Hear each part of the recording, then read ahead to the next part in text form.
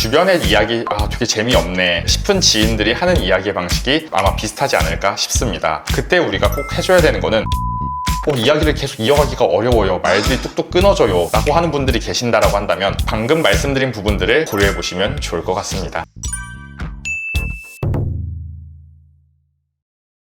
사람들이 많이 하는 고민 중에 하나가 지루하지 않게 내 얘기 썰을 푸는 거거든요. 좀 재밌게 말하는 팁 같은 게 있을까요? 오늘 이야기를 재밌게 하는 방법에 대해서 크게 두 가지를 바탕으로 오늘 조금 설명드리려고 해요. 첫 번째로는 꼭 하면 안 되는 것, 두 번째로는 반대로 넣어줘야 하는 것에 대해서 우리가 생각을 해보도록 할 건데요. 막연히 제가 하면 안 되는 것을 설명하면은 와닿지 않을 거다 보니까 압축한 수강생 실제 사례를 바탕으로 추가적인 설명 드려보도록 할게요. 제가 이런 질문을 드렸었어요, 수강생분에게. 지난 주말에 뭐 하셨어요? 라고 했을 때 수강생분께서 해주신 답변입니다. 지난 주말 토요일에는 아는 분 사촌 결혼식에 참석해서 노년에 있는 결혼식장에 방문했어요. 해당 결혼식장은 채플식 결혼식장이었고 지인의 이제 사촌 가족이 대가족이라서 그런 대가족을 만나서 인사도 드리고, 사실 너무 사람이 많았는데 누가 누구인지도 인지를 못했는데 먼저 인사들도 많이 해주시더라고요. 신기하게 결혼식 예식 후에 밥 먹고 있는데 지인을 만났어요. 친구 누나였는데 만나서 너무 신기하더라고요. 또 그리고 회사 동료도 만났어요. 식사를 마치고 나서 어르신들 모셔다 드릴 분들을 모셔다 드리고 지인과 지난주까지 다녔던 회사 제과점에 가서 커피 한 잔을 하면서 피로를 달랬고 밑에 있는 마트에 방문해가지고 장을 보고 귀가를 했어요. 그렇게 이제 토요일 마무리를 했고 이제 일요일 날에는 오늘 진짜 이런 이야기를 이제 수강생분께서 해주시더라고요.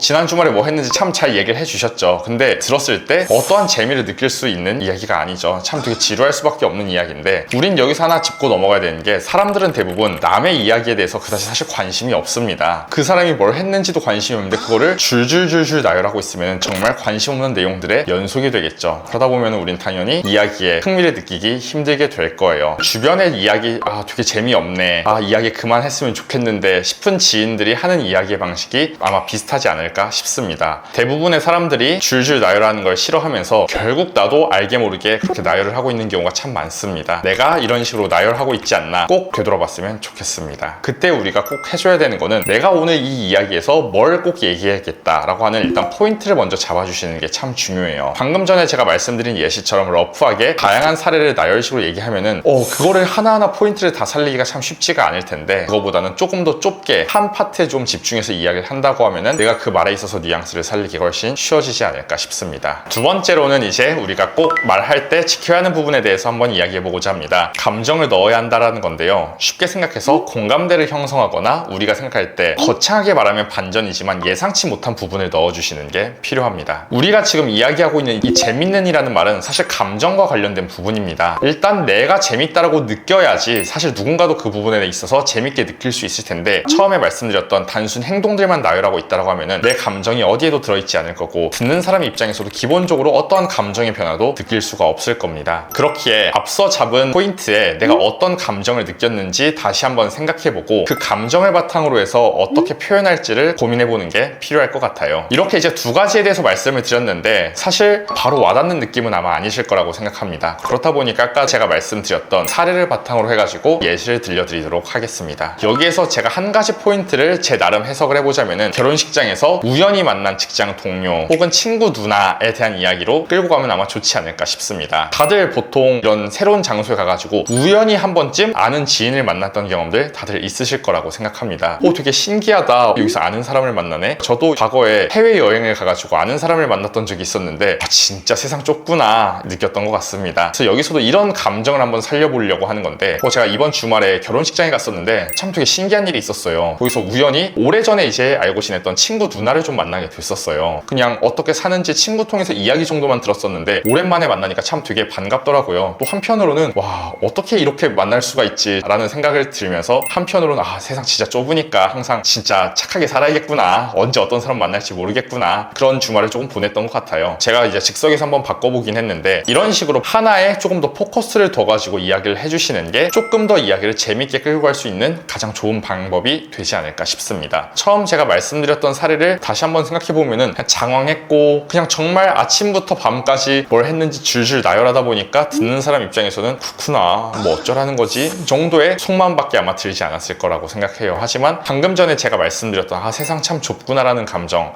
누구나 한 번쯤 느껴보실 보시지 않았을까 싶습니다. 그래서 내가 느꼈던 이 감정들을 바탕으로 좀 더 좁게 이야기를 해주시면은 어디 가서 썰 풀 때 얘 얘기 왜 이렇게 재미없게 하지? 얘기 그만했으면 좋겠는데 라는 소리 들을 일 없이 즐겁게 이야기를 끌고 가실 수 있지 않을까 싶습니다. 특히 우리가 이야기를 할 때 재미라는 게 중요한 이유는 같이 이야기를 쭉 이어갈 수 있게끔 만들어준 하나의 원동력이 되기 때문이거든요. 공감대를 만들든 예상치 못하는 부분을 주게 될 경우 나도 그랬는데 이런 반응을 끌어내면서 티키타카를 통해 이후의 이야기를 끌고 가기가 아마 쉬워질 겁니다. 그래서 많이들 누구랑 이야기할 때 이야기를 계속 이어가기가 어려워요, 말들이 뚝뚝 끊어져요 라고 하는 분들이 계신다라고 한다면 방금 말씀드린 부분들을 고려해 보시면 좋을 것 같습니다.